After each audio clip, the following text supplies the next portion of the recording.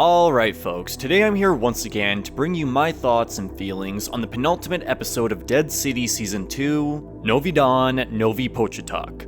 Now, what did I think about this episode? Well, I thought it was a more enjoyable watch than episode 6, but overall, I found it pretty slow with a handful of cool moments, but just as many silly ones. With that being said, the episode begins with Maggie reaching the theater in search of Hershel, where she comes across the Crowat reflecting on his role in the Dama's death as her body allegedly lies within the ashes. Here, Maggie threatens the Crowat into taking her to where Hershel may be hiding, in which he agrees. Although, during the scene, we learn Hershel let the Crowat cut off his toe at the Dama's request last season.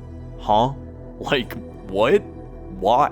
I know the Crowat said once Hershel heard her plan for it, he agreed, but what on earth could that plan have possibly been that isn't utterly ridiculous? What, she's gonna send it to someone and make them think it's someone else? Was she planning on using it as bait against Maggie? It kind of feels like one of those things that was written in without actually knowing where it was headed, but believing Hershel may be in a secret safe house within a skyscraper due to his drawings, the two reluctantly work together to safely ascend as Millet claims to have rigged it with booby traps all the way up, but allegedly doesn't remember where they were set. Honestly, I did really enjoy watching these two work together civilly. The Crowat has multiple chances to kill Maggie and just doesn't, even though she is technically holding him prisoner. It's to the extent where he carries her to safety after blacking out from what I think was an anxiety attack. I will say, the maze setup itself was pretty cool and creepy. But I can't be the only one who totally thought the Crowat was pulling a Christos with the methane on her again. The way it was shot reminded me of her time hallucinating in the sewers last season. So if that was an intentional fake out to make you believe the Crowat was going to harm or kidnap Maggie,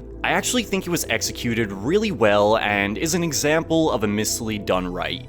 I've been very vocal about my love for the character of the Crowat, and honestly, if there's anything I'll take away from this episode, it's his development. Millet is a complete psychopath and evil genius, but he's also a very sad, directionless man, which is an interesting and unique characterization. The actor is just so charismatic that you forget some of the atrocities the character has committed when he's reminiscing on his days with his mother, which all comes down to performance. He is a person that needs to be told what to do, and when he doesn't have that, he simply wanders awaiting death, which is a theme we see continue throughout the rest of their journey. But arriving at the crumbling skybridge connecting the two buildings, Maggie greatly struggles with her fear of heights as she has a full-on panic attack while walking over the glass, which honestly is the most relatable thing I've ever seen. Anyone who isn't afraid of heights will say this was a dumb scene because Maggie didn't just run across when the glass was cracking. But if you are afraid of heights, you know that feeling is absolutely paralyzing, and I thought the way the scene was shot was fantastic. Yeah, we know Maggie's not gonna die, but just the way they shot it really built up the tension, and the way the walker slowly shuffles its way over to her out of focus as she stares at the cracking glass, knowing time is running out, was really well done. I even liked the resolution of the Crowat calmly talking her through the situation before disappearing, only to come back with a ladder which directly saved her life. Like I said, the Crowat's got layers, which is more than I can say about basically every other New Era spin-off character aside from Okafor and maybe Isabel. But as the two reach the alleged safe house, Maggie quickly figures out the Crowat was not responsible for setting the traps, and this was all just an elaborate plan to have her kill him in his chosen spot as he didn't have the strength to do it himself. Earlier, he told stories of his mother possibly still being alive in Croatia, giving him a destination to go if he finds a way to leave. But here, we learn that was a lie, and his mother passed all the way back in '83. He truly has nothing anywhere, and because of that, he was ready to die just as he was the night he met the Dama. But Maggie, refusing to give him what he wants out of anger, pulls him back up before staring down at the ground as if contemplating jumping herself, only for Millet to return the favor by literally pulling her off the ledge. An unlikely friendship brewing between the two was not something I'd ever expect. And although it may not have been the most exciting side plot in an episode, I thought it was executed really well for what it was. But as the two just sit and talk until nightfall with no sense of direction on where Hershel could be, Maggie suddenly sees their signal in a building in the distance as the two make their way over, in which the Crowat chooses to part ways once arrived, as this was something Maggie was gonna have to face on her own. I don't know why, but as much as I love the Crowat as a character, I kind of think this is a good place to leave him off. Or at least it would have been if the next scene didn't exist, which we'll discuss shortly. He was introduced as a direct antagonist for Maggie, only for the two to end off shaking hands. He was said to have hopes of one day returning home for his family, only to learn there was nobody really out there waiting for him. And he was a man bound by his loyalty to those willing to give him direction, only to be cut loose from his position of power for his own benefit. I think I'd actually be satisfied with the Crowat simply spending the rest of his days wandering the island alone in exile from the various factions. He would still be alive in the end, which is a complete foreign concept for these new era spin-off characters, and he'd still be punished for his evil actions in the past by forcing him to watch the progress he initiated from the distance. But of course, we know this isn't going to be the end for him, as in the next scene, Maggie makes her way up to where Hershel was hiding, only to learn he had lured her there on purpose in order to be captured by the Dama. Oh boy. Now, where do I even begin? First of all, that was the dumbest fake-out death ever. She was trapped, and there was a burnt corpse in the ashes, which means she would have had to somehow lift herself out while burning and then find a walker to throw into the fire while placing it in the same position. Or, I don't know, maybe somebody found her and helped her only to be thrown in all the same. I thought her dying where she did was really weird, but I think her being brought back is silly. That might sound contradictory, but it comes down to I just don't think they should have done a fake-out death, period. In my opinion, it just comes off as contrived and overplayed. Now, Hershel. Man, I feel like a complete fool for being his advocate all season, as I truly believe there was no way he'd put his mom in harm's way. Yet, here we are.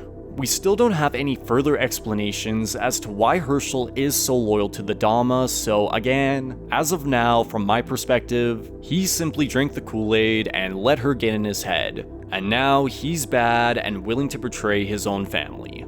Yeah, I think that's pretty lame. I honestly feel like this reveal has stripped any nuance from his character. I thought the mystery surrounding Hershel was one of the most intriguing subplots happening this season, but as the episodes have continued, I've just been left disappointed every step of the way. I'll give them the benefit of the doubt in believing this might be another mislead, but he's lucky the Dama didn't just kill Maggie right then and there, which she is more than capable of. So even if this was an elaborate plan to actually somehow help his mom, it's a really dumb one with way too many risks. But moving on to the Negan side of the episode, meh. I don't mean to be so negative, but I really just didn't find this section that interesting, aside from the actual hospital itself.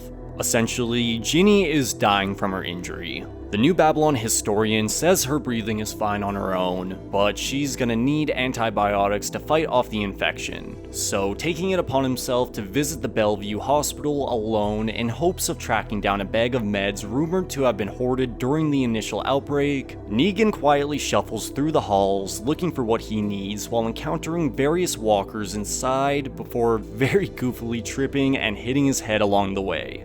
The most prominent types of walkers stumbling around are children, which is something we don't really see that often. And pushing further, Negan comes across another room filled with even more reanimated kids. Although these undead corpses don't behave like your typical walker, as we see them all standing upright without moving whatsoever. A pretty terrifying visual if you ask me.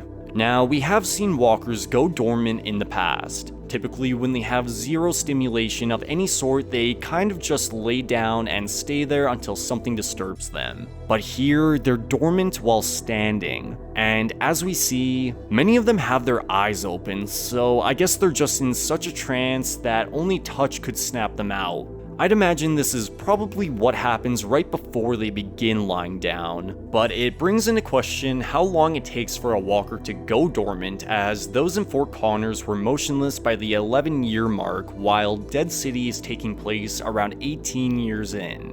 I'm not even gonna attempt to figure out what happened here right now, as that will be for an environmental storytelling video down the road, but regardless, Negan never locates the medical supplies. Instead, he is distracted by a figure dangling from the ceiling, which, although looked horrifying at first, turns out to be a robber presumably taking off with what he needs. But as he catches up and tackles them to the ground, it's revealed to be a hallucination of Lucille, followed by another hallucination of Annie and his son, who tell him where to find what he needs, before capping it off with another vision of Ginny for some reason. I'm gonna be honest, as cool as it is to see these characters back, I despise hallucination scenes. To me, they're a lazy way to get internal closure for your characters without having to do the actual legwork in writing a setup. If they wanted to bring Lucille back, I would have preferred they did it through flashbacks that complemented the story going on now. And obviously, Annie and Joshua should just be in the show. Why they're doing everything in their power to make these characters feel sidelined, I have no idea. But Hallucination Annie tells Negan what he needs is behind the glass door he walked by initially, which is revealed to be a ventilator, which I guess is enough to save Ginny's life. I could have swore the New Babylon historian said her breathing was fine. It was the antibiotics she needed before the infection killed her, so I'm not sure how that's helpful, but I'm also no doctor, so maybe I'm the dumb one here. But closing out the episode, Negan basically completely stops giving a shit altogether, as he claims he used to show mercy to those within the sanctuary, but now he's just gonna line up all of Bruegel's men and Lucille them one by one to end this for good. I hate to say it, but I'm kind of just over Negan this season. It feels like the writers are constantly retreading his story of being reformed and falling back into the same habits. I thought for sure this whole pretending to be the man he used to be plotline was gonna take him in a brand new direction, but it just hasn't. So though it probably will be cool to see another lineup scene, there's nothing here that's really jumping out at me as fantastic or new. I feel like the Dama and Hershel plotline has just lost me as well. There's very little depth to her beyond craving power, a theme that's been present all season, so I'm kind of expecting her to die next week anyway in order to push Hershel down an even darker path. I will say, I was pretty surprised and excited to see the New Babylon forces returning next episode. One of my biggest complaints with episode 5 was that it seemed like the war for methane wouldn't have any consequences this season. But we see a whole army marching through the streets of Manhattan in droves, which although I have been vocal about how dumb I think New Babylon's laws are, I really like their sense of scale in this new era of reclamation. Overall, this episode was just okay to me. I liked a lot of the Crowat and Maggie stuff along with the set locations, but besides that, I'm pretty disappointed the only big twist or surprise we've gotten is a poorly done fake-out death. I mean, almost immediately after episode 5's airing, everyone was saying the Dama was still alive. And although I might have fallen for it last episode given the presence of the body, I still wasn't shocked to see her return and instead just kind of rolled my eyes. If I were to rate this episode, I'd probably give it a 4.5 out of 10. There's definitely more to take away from it than episode 6, but so far, I kind of think this season has just fumbled the payoff of some of its setups. But regardless of how I felt about the episode, I'm curious to hear your thoughts in the comments down below. If there's one thing I ask in regards to the finale, it's that they don't kill off the Crowat. I think they really have something with his character. He has the potential to have a fantastic send-off without dying, so I really hope the writers are able to flex their creative muscles hard enough to come up with something better than death. But that is gonna do it for me today, folks. As always, thank you so much for watching.